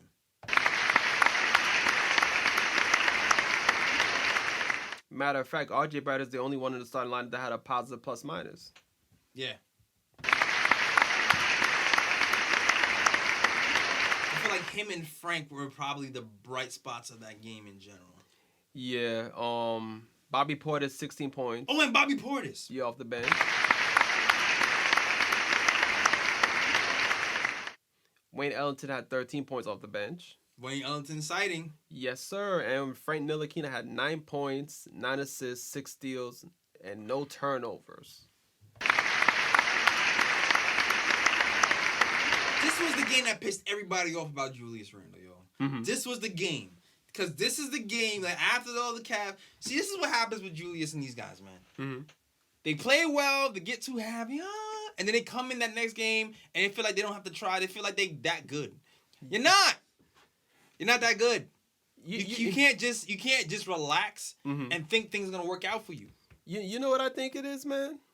Because if you've noticed, a lot of these blowouts that happen at home happen on a Saturday. It's leaving. You think they're clubbing? You think that I'm just saying. They Joakim Noah? I'm just saying. Maybe they can't handle New York. Maybe some of these players are going out on Friday nights. Maybe one Oak be packed with the Knicks players. I don't know what it is. Wow. And I mean, shoot, if they party at one Oak, invite me too. You know what I'm saying? He's too lit. So Julius is too lit for New York? I don't know what it is, but those Saturday games they keep getting smacked. So I'm like, it gotta be something. We starting rumors here. Julius Randle too lit for New York. I mean, I don't know. Maybe they J.R. Smith in New York City right now. I don't know. Listen, all these guys are young. Yeah. Julius Randle is a vet, but he's 24. He's not, he could be gone. No. He got a wife. Yeah, You got a wife. but still though he could still be partying into the night, just being responsible. You know what I'm saying? You know what I'm saying? Oh, man. Oh, man. I don't know what it is, man. But this game pissed me off, man. This is the one where like the Spurs got on like a 7-0 run, and a lot of that had to happen because Julius Randle's lazy ass on the defensive end, man. Mm-hmm. Lazy, dog. Yeah. Like there was things happening where he wasn't playing help defense. He would ISO, miss the shot, jog back down the court. He would just lose track of man and stop trying. Like he would. The Knicks are top in the league in paint defense, but sometimes I wonder is it just because Julius Randle just not paying attention and just sits in the paint while the man shoots threes? Because that's what was happening yesterday. Yeah. So like, I don't know, man. Like between the bad defense from Julius and the ISO ball from Julius, yesterday was the game where I was like, dog, you are pissing me off. Yeah. Man. Sit this man down. And these are the games where I'm wondering, like, why doesn't Fizz bench him? Fizz needs to bench him. Games like that, he has to take accountability. Exactly. Because he's not going to learn. Exactly. And that just reminded me of something too. Because the Bulls, right? Right. There was a report that came out where Zach LaVine, where the coach didn't like the defensive effort that Zach LaVine was putting in that game, and he benched LaVine because of that. And then the next game, like, LaVine felt disrespected. The next game, dude came out and dropped 49. So LaVine dropped 49. Yeah. I mean, if that's the way you feel like you beat this, I'm benching you, man. And my thing is that, like, in Chicago, and their coach Boylan, like, LaVine is the big earner on the Bulls because I think he's on like a 4-year, $80 million contract. And he had the balls to bench LaVine and be like, you know what, you're not playing good defense. I'm a bench you. And this is the thing, man. That's why I mentioned this earlier about the Marc Gasol situation. I wonder if Fizz is gun shy about doing that again because he felt like he got fired because of that before. Mm-hmm. He benched Marc Gasol. Marc Gasol kind of iced him out, and he ended up getting fired. They always choose the player over the coach. Yeah. So I'm wondering if that's in the back of his mind when he sees Julius Randle do things like that, and he's not benching him. Because he needs to be benched when he's not playing well. Exactly. That solves everything. And plus, sometimes we're just too slow with two plotting big men on the defensive end. Like, it helps when we have posting small forwards to have both of those guys out, but sometimes we're too slow. Yeah. That's all I gotta say. Yeah, so, like, my whole thing is, like, why doesn't Fizz, like, try to light a fire in these guys and be like, you know what? Like, I don't care if you're the big earner on this team. Like, if you're not going to play defense, I'm not going to play you. It might be that time. Like, because, I mean, the Knicks are 4-13 right now, so it's like, yo, what do you really have to lose? It might be that time. You know what I'm saying? Like, start putting down a heavy hand and be like, you know what? If you don't play defense on this team, you're going on the bench. Simple as that. I don't care. Yeah. I don't care if you're the last man on the bench. I don't care if you're the star player on the team. Everybody plays defense. That's that. Yeah. Now I feel you. And doing that, you might lose your locker room or lose the veterans if you do that. But I don't know, man. You might have to do it, man. Yeah. You might have to do it. Reward the guys who's going to play. Exactly. That. Because even there, I was watching an interview and he was saying during the halftime, he went to the guy. He was like, "Hey, do I have to make any adjustments?" No, and they were like, "No, you just have to play harder." Mm-hmm. There were no adjustments made. They just played harder. Just played harder. And managed to get back into the game at least. Exactly. So it's like that Spurs game. Mm-hmm. That's on the players. Yeah. That's Nets game. I can say the coach. Knox, starting Knox, that was weird. I put that on coach. Yeah. That Spurs game, I was on the players. Pretty much. That's all I got. And also want to big up Frank this game too. Not because of the stat line, but because more so of the defense he was playing. Because there was a lot of times in that fourth quarter where I saw the Spurs players and they saw like they had and like they had the ball and they saw that Frank was guarding them. Oh, they got skirted. Yeah, and Patty Mills is dreaming of this. And they did not want the smoke, yo. Like, Did not want Frankie Smokes. I hate that nickname. Yeah. But I feel like in this situation, it works. I'm trying to get this guy's name right now. Yeah, I think it was the point guard on the Spurs, White, the dude with the wild hair. Yeah, big head. There was one play, right? Pause. In the fourth quarter where he had the ball, right? And he saw Frank was guarding him, and he was just like, "Oh, damn." I'm So having a bad day. So you know what this dude decided to do? He was like, "Yo, I'm not even gonna dribble the ball. I'm gonna just take a deep three There you over go. Frank, air ball." There you I go. was like- Skirt. Exactly. But yeah, he was putting clamps on everybody. Like, Oh yeah, man. He single-handedly forced. I think he got like the 6 points he got. I feel like he was just straight off of defense, Yeah. straight up, man up, mano y mano. Yep. Yo, shout out to Frank, man. Frank's gonna be alright, yo. Yeah, he's gonna be just fine. He's gonna be just fine. And I was thinking it's gonna be another team, but shoot, the way he's playing, it might just be with us. Yeah.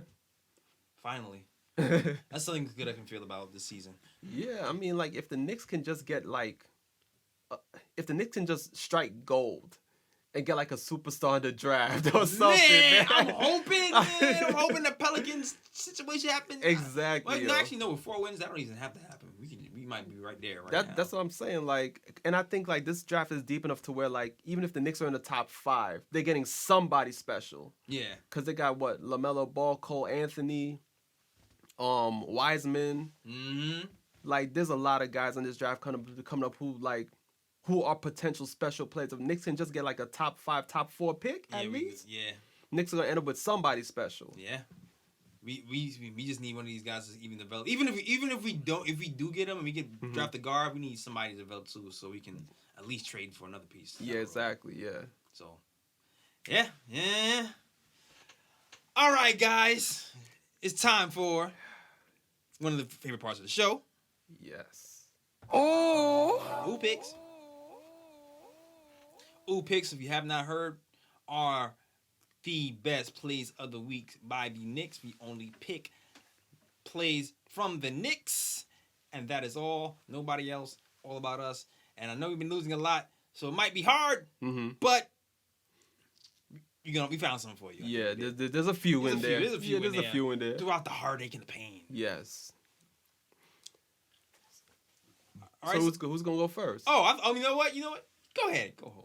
All right. So my first ooh pick is going to be Knicks versus Spurs. Okay. Frank Ntilikina with the clamps. Mm-hmm. So the Spurs were inbounding the ball. It was the first quarter. I think it was Patty Mills at point guard. I think it was Mills.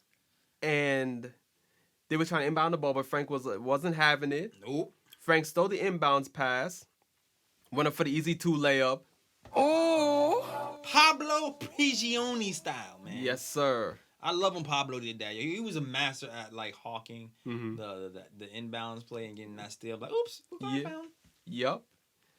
Next ooh pick, Knicks Sixers. Fast break. Frank was leading the fast break. Okay. Found Randle coming on the wing. Passes it to Randle. Randle goes up for the layup, but he was a bit too hard off the glass. Of course. But luckily, he had R.J. Barrett there following up the miss. Saving you again. Rises up over Horford, one-handed, slams it back in. RJ, man. They said he wasn't athletic. Seems pretty athletic to me. Yeah, man. What games are y'all watching? Yeah. All right. So I have my ooh picks as well. First ooh pick goes to somebody. I don't think I really had an ooh pick like that before. I don't know what this is. To my guy Free Tot. Free Tot. Dot. Damn it. So Dotson has the ball. This is the Cavs game. Dotson has the ball towards the 3-point line. Does a crossover. Hits him with the crossover. Wham. I don't know who's got him. Hits him with the crossover. Wham. Yeah. Loses him. Tries to drive left. This dude, I don't know, help defense comes, lose the help defense, splits 2 defenders, does the oopsie do, hits him with the Euro step, and a layup for an easy two. Oh. Well, it didn't look easy, but with the way it went in, it looked easy. Yeah. Oh, that's adding the Euro to his The game. Euro step, and I'm American, son. Word. The Houston Euro. Yes, sir. Oh yeah, shout out to Megan Thee Stallion who was looking at dots and play that game. Oh, yeah, shout out Dot. Yeah, you have to shoot your shot, Dot. Yeah. Maybe you giving you props. I don't know. I don't know. I mean, y'all from the same city anyway. I'm saying you probably live down the block. Word. That's a nice little summer vacation. True that, Yeah, true that. do that, Dot. Do that. Okay. Anyway, next ooh pick comes from the Fort Greene Bully. Uh-oh. 67. Taj over here putting in that work. Embiid over here thinking, oh, I don't have to guard this man. But no, you're wrong, you do. Taj gets the ball. Quick dribble to the right. Spins quick left. Jumps. Elevates. And dunks the ball. Hammer. Reject. Boom shakalaka. For the two, hangs on the rim a little bit for good measure, but not enough to get a tech. Yeah. For 2 points. Oh! Leaving Embiid crying in the dust. Maybe he wasn't crying, but Yeah. in my heart, it felt like it looked embarrassing what he did to him. Yeah. Even though we lost. Word. But still. It wasn't that Game 7 cry. Yeah, it wasn't that Game 7. It was not. It was definitely not that. And actually, wait, I think I got one more. Okay. From...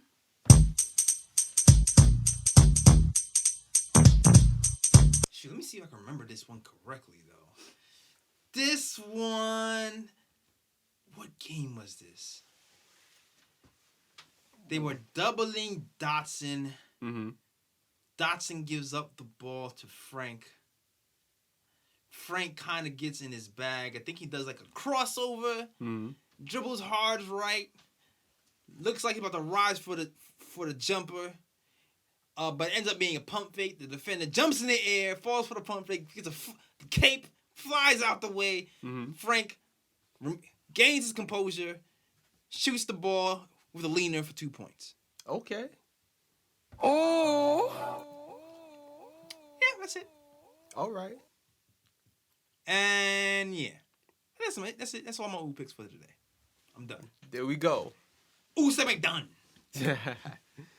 All right, and now it is time for the bruh picks. If you don't know, the bruh picks are the plays of the week that are stupid, that are dumb, that are bruh worthy. Like the what are you doing? Sometimes we even give it a whose man's is this? Is that crazy? If it's that bad. If it's that bad, man. And man, I've been taking a break on the bruh picks for a while. I just been letting Ryan handle it. So Ryan, what are your bruh picks this week? Oh yeah, just to let you know, bruh picks don't have to be, Knicks related. It doesn't even have to be basketball related. It's just all over. It could just be something stupid that Yeah. happened. Like Ryan just fell out on the floor and tripped over a rake and hit his face. I'm like, that's a bruh pick. Exactly. That hasn't happened though, because he's smooth. Exactly. All right, go ahead, Ryan. What are your bruh picks today? My first bro pick goes to the point guard, Tristan Thompson. Oh, Lord. Again? Back-to-back bruh pick Drake. He was here last week and he's back again? Yes. Okay. So this wasn't like last week. I think his coach had to talk with him, and he was like, you know what? Please do not run point guard again. Okay, coach. So I don't know if you remember, but he was at the free throw line against the Knicks. Oh. How did I miss this one? He threw up a free throw. Oh, no. And it airballed. Smooth. Yes. Very smooth. Good job, Tristan. Yeah, man. Good job. Yeah. Jamaica's disappointing you, but good job. Once again! I'm about to trade you to Trinidad. Though. Word. Like, I like Trinidad once, but whatever. Chloe don't even want you. Never mind. Bad joke for me. All right, go ahead. All right, second bro pick goes to the Greek freak, Giannis Antetokounmpo. Antetokounmpo. Yes. Against the Bulls, he caught the Tristan Thompson syndrome. Again? He was at the free throw line Oh, what is up with this dude, man? and airballs the free throw. Yo, I feel like he dodged the bullet. Cause I feel like this is not the first time he's airballed the free throw It's not the first time, this season. But I don't think we've called that out. but we called it out now. He did. You might be the reigning MVP, but working your free throws, my guy. Yeah, work on that. Yes. You and RJ and Randall, Tristan. Yes. And my third bro pick is the whose mans is this moment? Whose man's is this? Jonas Valanciunas for the Memphis Grizzlies. In a game against the Denver Nuggets, Right. my dude thought he was hot sauce or somebody from And One for a moment. Well, he's not. Definitely not. He drives to the basket. He sees his guy in the corner. Peeping. And he's like, you know what? I'm going to be fancy with this pass. Ooh, I just watched the N1 mixtape series. Exactly. My dude turns his back to the guy, does a behind the back, no look pass like this, Ooh, saucy. and passes it straight to the Denver player. To start a fast break. Whose man is that? That is hilarious. Yeah. Yo, we need footage of that for the. Yes. It's out there because trust me, I don't think it wasn't on Shaqtin' the Fool. I think it was on Shaqtin' the Fool too. Oh man, that had to be. Yeah. So footage is out there. You just gotta find it. Oh man, too funny. And that is my bro picks for the week. All right. Whew. Man, yo, who do we have next, man? Do you know who we're playing? What's the next games, man? I'm gonna check the schedule right now. Because right now the Knicks are on the schedule of doom, and you know what? To be honest, I felt like we had a chance to win this Nets game, and we lost that. Yeah. So I'm kind of hurt. So here's the schedule upcoming. I know it doesn't get better. I know it doesn't. It definitely does not.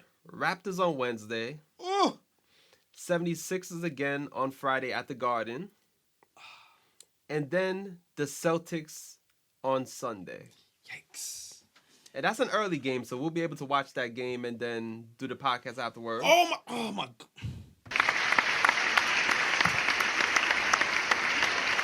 Thank you, basketball guy. Yes. I'm tired of this. Yes, all right. Games at 3:30. Yo, the funny thing is, we got a shot, man. We got a shot. I feel like we've been close with these Celtics. Yeah. We've been close with the Celtics. Is Kemba Walker going to be back, first of all? Yeah, because he suffered that concussion. He suffered a concussion. Yeah. I know it's Knicks because Kyrie Irving was out today and we still lost. Yeah. But to the Nets' credit, they've actually been playing better without Kyrie. Imagine that. Things that make you go, Yeah. The 76ers, we gave that game away. Yeah. And this time it'll be at home, but then again, you can't trust the Knicks at You home. can't trust us at home, man. And to be honest, Frank plays better away, so I don't know. Yeah. I don't know if that's in our favor. The Raptors is going to be a tough one. That's the tough one. That's in Toronto. So Ooh. Knicks play better on the road, but then it's like, that's the Raptors. That's right, exactly. Yeah, not enough Canadian bacon in the world is going to Yeah. help us win that game. Okay. Yeah. I want to say Knicks are going to win one of those games at least. I want to too, man, but it's I'm leaving it right there.